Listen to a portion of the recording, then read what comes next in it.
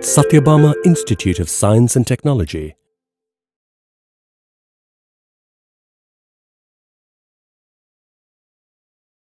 Hi everyone, I am Dr. Usama Rahman, Assistant Professor, Department of Computer Science and Engineering from Sathyabama Institute of Science and Technology. So this is our first video lecture on privacy and security in online social media. So this is going to be a introductory video lecture. We are going to see about privacy and security with respect to the user's data. The outline of today's discussion is what is social media and social networking, and then we are going to see some interesting facts. And every second, we data gets generated. So what happens in every 60 seconds? And there are some very social networking interesting apps. Then we have some impacts of social media. What is the impact of social media in today's real life? And then we have social networking model, reality and stealing attack. Then what motivates the attackers? That's something we'll discuss on it. And then there is one technique called anonymity technique. So we'll specifically we'll discuss about k anonymity.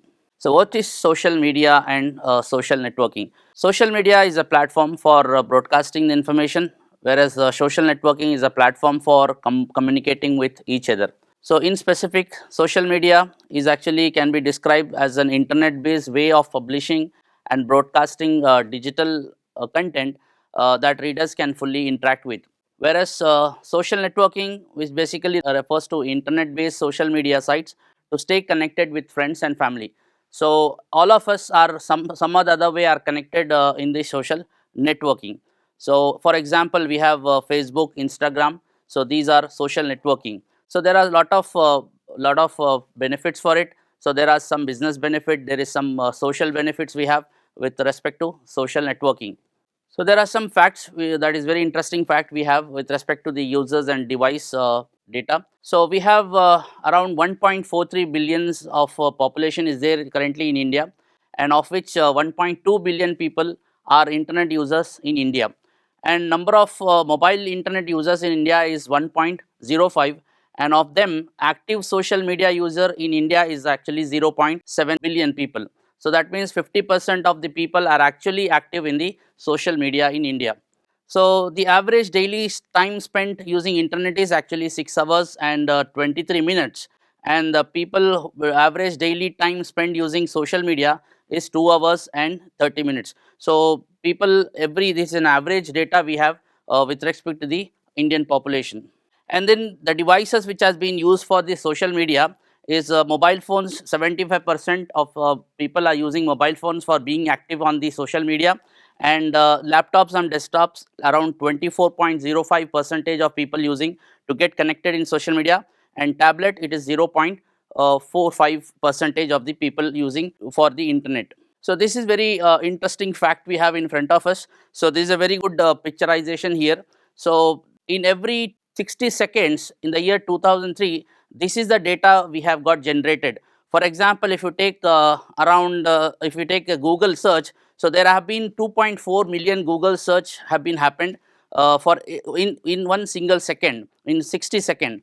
Likewise, if you take a chat GPT, there have been 22,831 visits have been happened in 60 seconds. And likewise, we have, if you take Facebook, there have been like 11,035 fake account has been removed from the Facebook in every 60 second. So that means what does it infer? What we infer from this particular slide is, so there is lot of data getting generated from the users in every 60 second. So let us see about some interesting applications in social networking. So there is one app called Periscope. So if you see, there is a screenshot of this app. So what happens is that a user installs the app, and then he can actually live broadcast what is been outside world. So he can actually capture a crazy sunset right now, and he start to broadcast that will be lively available for all the people who are connected to him, and people who actually can respond with some comments. Like for example, here we see, are you sure that is not a photo stop? I can see it from my place. That means a person who is very close to that particular scenery is actually trying to comment to this particular phone. So there is very interesting social media app we have. Likewise, we have another app called Whisper, where people is anonymous. People doesn't reveal their identity, but they actually try to share some ideas. They try to share some ideas. So what happens is that they express somebody very honestly. They express themselves, and there are actually like what is happening. They can know what is happening around the world, and also they can create videos. The only problem here in this app is, so people will be anonymous. So anybody can actually post any detail with respect to their feelings. So this is one quite app which we commonly don't see in our social media. Nextly is that, what is the impact of social media? So having social media in our life, so there are some good causes actually happened. For example, in the year 2009, there was an accident where a flight actually landed in a river, Hudson River. So nobody noticed it. So what happened? What there was one fellow called Janice Crum. He was actually traveling in his ferry. So all he could see is that there is a flight actually landed on the river. He captured it, and then he actually tweeted this particular picture. So there he's commented, there is a plane in the Hudson. I am on the ferry going to pick up the people, and it's very crazy. So what happened to us because of this tweet? So there was so much of the hype. So people started to know about there is some accident that happened. So there were so like a quick rescue operation happened because of this particular post. So this is a very good impact of the social media. The other good cause is that a small little girl actually she was lost in the railway station. So this social media turns a blessing. So the name of the girl is Avani, where actually people shared this particular photo, and in 20 minutes time her mother actually got back the baby. So this is again another good cause of the social media. Now, there is a very important aspect of the social media privacy and security of the social media we have to look at for. So, first is that there have been threats. Like what happens is that, so when there is a infection happens, when there is an attack happens in our computer, basically that corrupts our system, and or it takes control of the system, and it infects the machine which has been attacked. So because of that, most of the information the information which has been stored in the system actually been stolen. But these have been like old, this is a regular traditional thing happening. So but what is the new information theft? Nowadays people trying to share the social network and behavioral information. So whenever a person is getting connected to the social media or in the network, so the people who attack us want to collect the data from them, and also they actually try to infer the network science from that particular network. So this is a new kind of threat we are actually facing. And if we there is have been a great damage, so in a longer term it is going to be a very greater damage for our network. And nowadays there is no security mechanism which can actually detect these kind of behavioral attack. So this is something we call it as a stealing reality attack. So what makes the attacker to attack those information? So network information. The first point is that, so basically these are all like the goals of stolen information, reality information, is that they basically sell this information to the higher bidder. There are actually a black market where people try to buy these information. And the second point is, there is a advanced persistent threat. That means attack happens, but it doesn't get detected very easily. So persistently what happens is that the attackers will be staying on the system, and he will try to cache the information, collect the information very gradually from that particular system. So that is something called complex advanced persistent attack. And for business espionage, for people who are actually wanted to, those who have a very competition among their businesses, they actually sell the information of that customer to these business people. So this is another motivation for the attack. And the email address of a social hub, for example a community or a group of people, so those email address actually been very it's worth more for any kind of advertiser. So through this they can actually give advertisement to those particular community people. And also the email address, the contact address of a corporate executive profile is more worth than the student profile, because the corporate executive will actually earn lot of money, and he might have a bank account, and he might have a very sensitive data. So those are all, these profile are more worth than a student profile. So there is a case study which very interesting case study.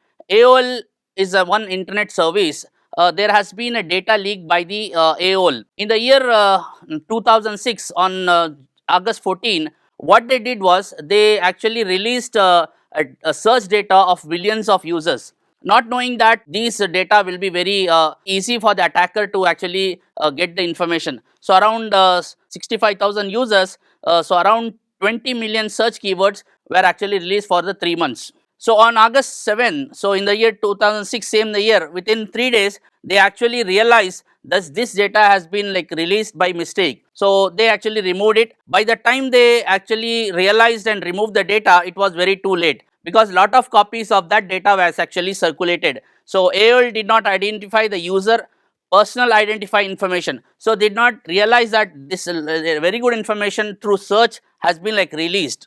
So what this New York Times, a newspaper New York Times, what they did, what with that information they re-identified the user by cross-referring the resources and including the phone number and so all the other details. They were able to identify the user by this particular search. So AOL realized their mistake. By the time they realized, lot of copies were distributed as said, and Business 2.0 magazine on CNN Money ranked, they released a search data saying that so it was 57th dumbest moment, like it was a 57th dumbest moment of 101 dumbest moment in the business. So they ranked all the people moments of the business, where they ranked this particular event as 57th in the 101 dumbest moment. With what has actually happened was, so this New York Times, the keywords which were released by the AOL, they started to search. For example, there was one internet user with the ID number 4417747. So what are the searches they actually this particular user has made?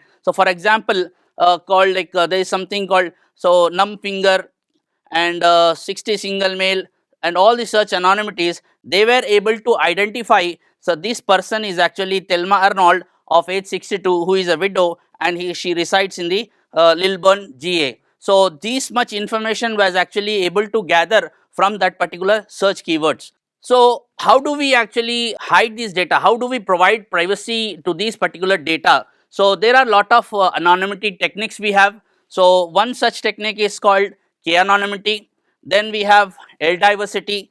Then we have T-closeness, and we have differential privacy. So these are the list of techniques, anonymity techniques, where we can actually hide users' information. So today we will see about k-anonymity in detail. So k-anonymity, basically the word anonymity means it's a state of remaining unknown to most of the people. So it's a state where we can actually being hidden from the other people. So here the k-anonymity concept, it's a concept in data privacy that ensures the protection of the individual identity when releasing data for analysis or research. Basically data is required for the purpose of research and analysis. So but still we have to be very concerned about the protection of the individual. For that we actually have this particular k-anonymity concept. So here the k, it actually refers to the number of similar records like groups we wanted to make. So I'll explain you in detail with example in the coming up slides. So each group should contain at least k individual who shares the same combination of attributes. So we'll see an example here. So there are basically two methods of k anonymity. The purpose of k anonymity is protecting individual privacy. So we have to protect the individual privacy. So the first method in k anonymity is generalization. The second method is suppression. So what we'll do is we'll have a data here. So we have a very small data here where we have attributes as age, then we have gender, when the person where he resides, and what is the salary. So here age is a very sensitive information. Then we have salary is also very sensitive information, and other two things are not more sensitive, but still it can be sensitive in some other cases. So how do we actually protect this data? So if this is a data has been gathered, and how do we release it for the research purpose? What we can do is that it's a very simple basic example I have shown here. So firstly, generalization. What we can do in generalization is attributes are placed with broader or less specific value to create a group. So what we do is that, so whichever attributes these attribute very sensitive information attributes can be actually grouped together, or we can make it as a less specific value. How do we do that? So to here we are achieving two anonymity, at least two individuals should be in a group. So we are making a group in such a manner that at least two individuals should be in this particular group. So here we are using two. So this is two anonymity technique.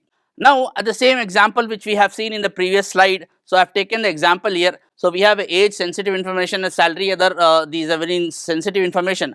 What we do is that how do we generalize it? How do we have to generalize it? So I want to make it less specific. So what I do is that instead of writing 28, what I do is that I write a range of 25 to 29. So it is true for 28. 25 to 29 is actually true for 28. So now it has become very general. So nobody knows what is the exact age of that particular person.